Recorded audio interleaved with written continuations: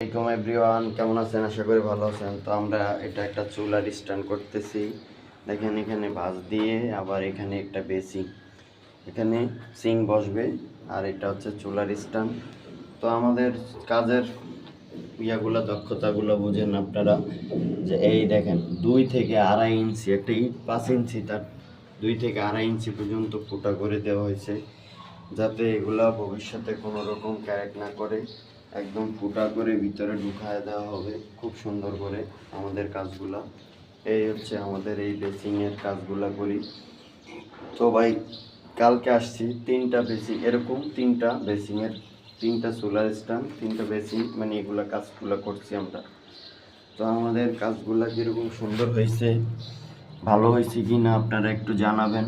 এই দেখছেন কত বড় ফুটা করে দিছি, এখানে 2 থেকে 2.5 ইঞ্চি রডটা ঢুকানো হবে।